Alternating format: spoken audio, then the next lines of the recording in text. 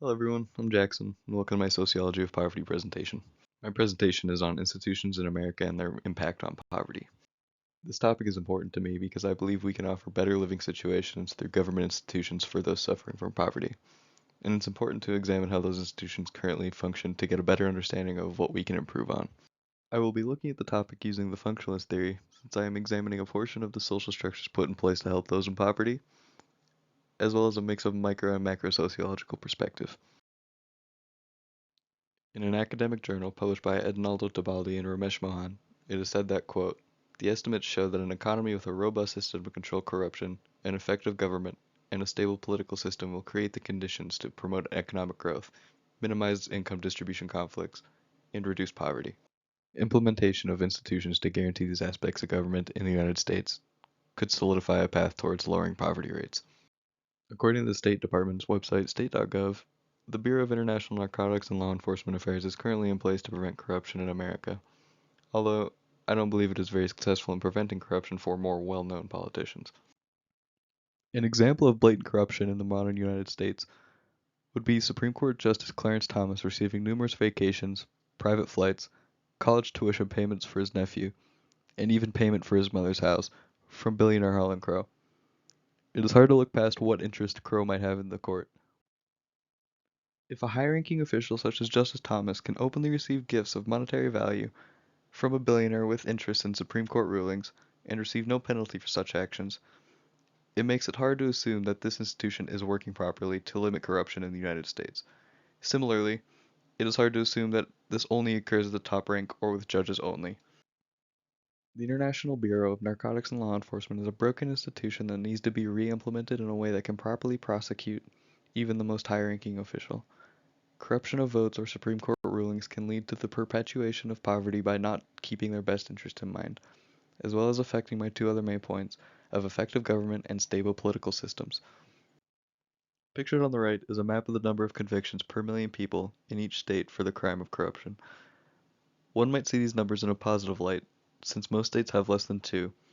However, one could also speculate that this is due to the fact that the institution does not function properly, leaving corruption to run rampant and only the worst of the worst offenders end up being convicted. We must enact change in the United States by voting out those who are accepting lobbyist perspectives or gifts, voting in people who would like the government to be more transparent, and voting for people who would like to see accountability for crimes that have been committed.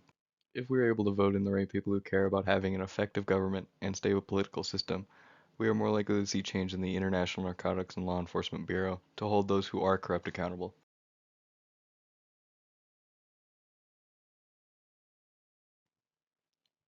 In a journal published by Cambridge University Press, it is said that, quote, "Nations around the world are facing various crises in ineffective government. Basic governmental functions, protecting rights, preventing violence, and promoting material well-being, are compromised, leading to declines in general welfare, in the enjoyment of rights, and even in democracy itself." Although I believe the United States does well at protecting rights for its citizens, it struggles to protect its people from violence or promote material well-being for its people at the same rate of other developed countries. The graphs below give a look into how well the United States promotes material well-being, with the left showing the poverty rate in the United States versus other countries of similar development. The graph on the right shows how much in taxes goes towards reducing the relative poverty rate in those same countries. Although not universal, there is a definite correspondence in lower poverty rate with how much in taxes is put towards lowering the poverty rate. If the United States was considered an effective government, I think it would be able to do something about our almost 20% poverty rate. Unfortunately, more people now more than ever before are sinking into poverty.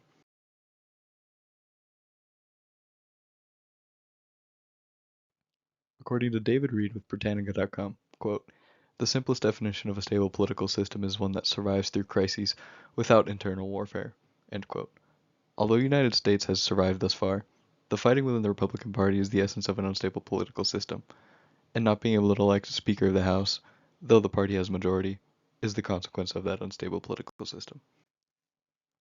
Also, according to Reed, quote, "Such evolutionary change is possible when representative institutions provide effective channels for the communication of demands and criticisms to governments that rely upon majority support."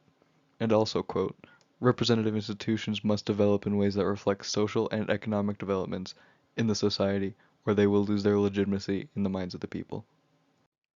A broken political system results in a government that cannot properly pass bills relating to the well-being of its constituents. Without proper representation, those in poverty will suffer due to carelessness of our political parties.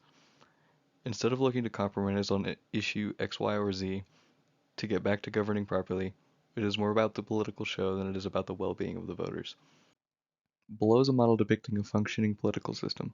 With the Republican Party currently being divided, the issue occurs at the decision arrow.